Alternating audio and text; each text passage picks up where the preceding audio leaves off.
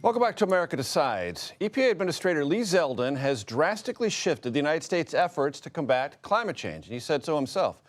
He announced a series of moves to roll back dozens of environmental regulations. Zeldin wrote in the Wall Street Journal, quote, "We are driving a dagger through the heart of climate change religion and ushering in America's golden age." I want to bring in former EPA Administrator Gina McCarthy. Gina also served as White House National Climate Advisor to President Biden. Gina, you and I have known each other a long time. I know this is your life's work. Some of my audience will say, of course, she's going to hate everything that Trump and Lee Zeldin do. So, to the best of your ability, dispassionately describe what happened yesterday and what effect it will have on existing environmental regulations. Well, Major Garrett, thank you for having me. I'll try to do my best to be dispassionate.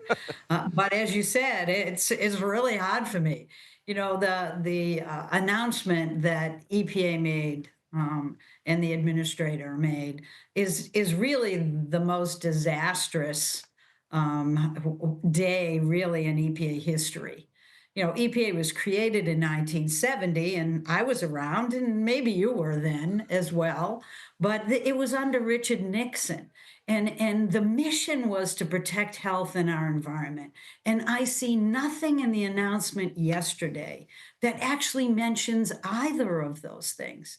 It seems that there's now a change in the mission of EPA, according to the administrator, that is really shifting us towards a golden age of pollution. And it really will be at the expense of our ability to breathe clean air and drink clean water. So that announcement was not one that I would welcome. And it's one where I know you mentioned about deregulation, and that's the words he used. Look, this is supposed to be a reconsideration of fundamental rules that EPA has been relying on, some of them since 2009. That's how far back this reaches. He cannot, through a reconsideration process, deregulate today.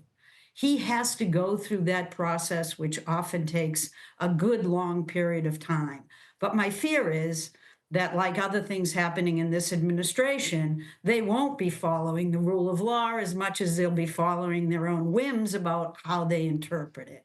And so it's a challenging time for EPA, and I think, frankly, for all of us who really want to maintain our health and well-being and address the challenge of climate change in a way that's going to be effective to continue to grow our economy and advance clean energy. Gina, he said, that is to say Lee Zeldin, in that op-ed in the Wall Street Journal, "We are protecting the environment not by shutting down energy production, but by making it cleaner and more efficient." That's a quote. How do you evaluate that? Cleaner and more efficient. It would be great if it were more efficient. We look for efficiencies. I just think that he doesn't understand how these rules come about and why. Fundamentally, this is not about benefiting fossil fuels. This is about advancing the interests of Americans everywhere, that they have healthier environment, they have a cleaner water. They have an ability to live lives that are longer and more robust. That's EPA's mission. So if he's interested in relooking at these rules, if he does it well and there's opportunities to advance these rules in a smarter and more efficient way, I'm all for that. In fact, EPA looks for that all the time because the goal is to get us healthier and protect our environment, not at the expense of industry, but in collaboration with industry and others so that you can advance it in the most cost-effective way. We've been doing that since 1970. He's just got to get with the picture and understand that it's not about picking and choosing your favorite rules that your friends want to see eliminated. It's about what he promised to do as administrator of EPA, stand up and apply the law effectively, maintain the mission of that agency, which is a very wholesome and needed mission. And Gina, what is your response when you see him write, that is to say Lee Zeldin, about driving a dagger through the heart of climate change religion?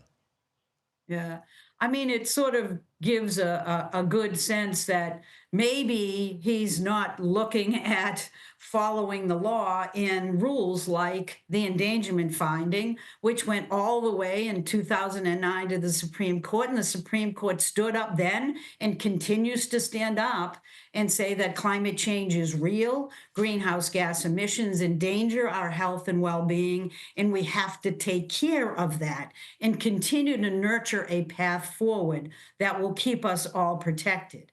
And apparently that doesn't seem to be part of his agenda. So it's a little bit disconcerting.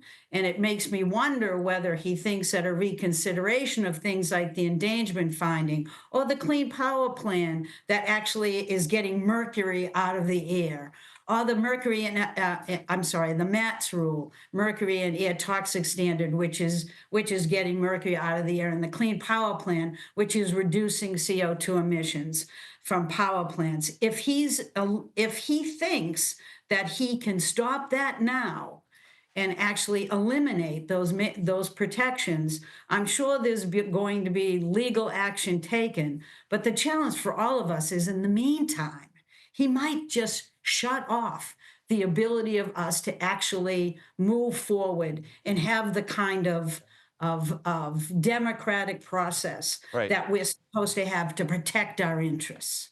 Gina McCarthy, thank you very much.